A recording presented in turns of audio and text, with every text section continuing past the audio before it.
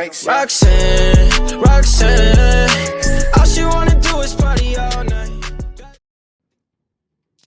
What's up guys, muli tayo nagbabalik sa ating bilkadahan dito sa episode 18.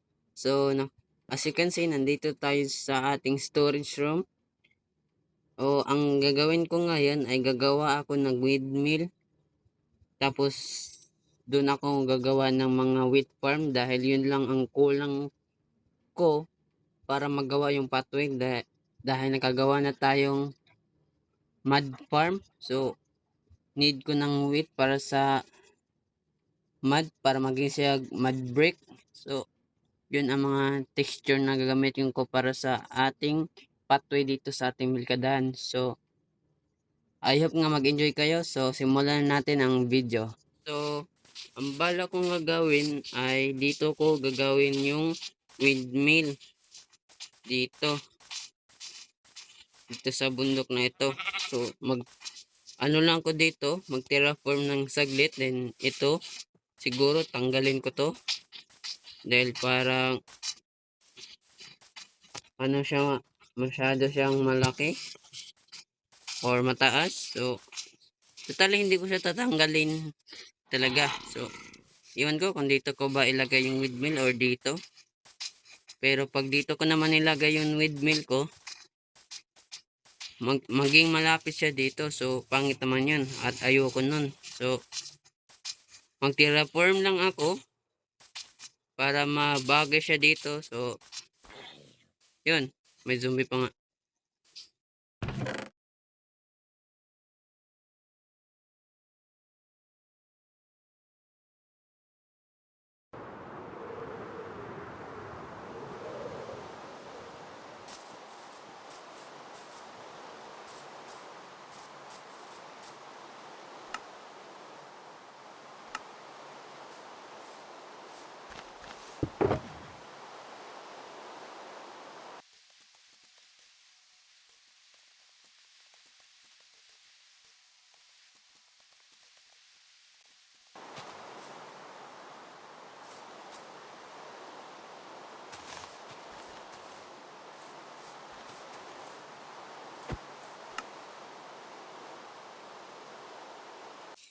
Ngayon guys, tapos na ako maggawa ng terraforming. So dito ko ilalagay yung windmill na. Wait, tanggalin ko muna to. So magbi-build na ako dito. Dito ko siya i-build. So time lapse.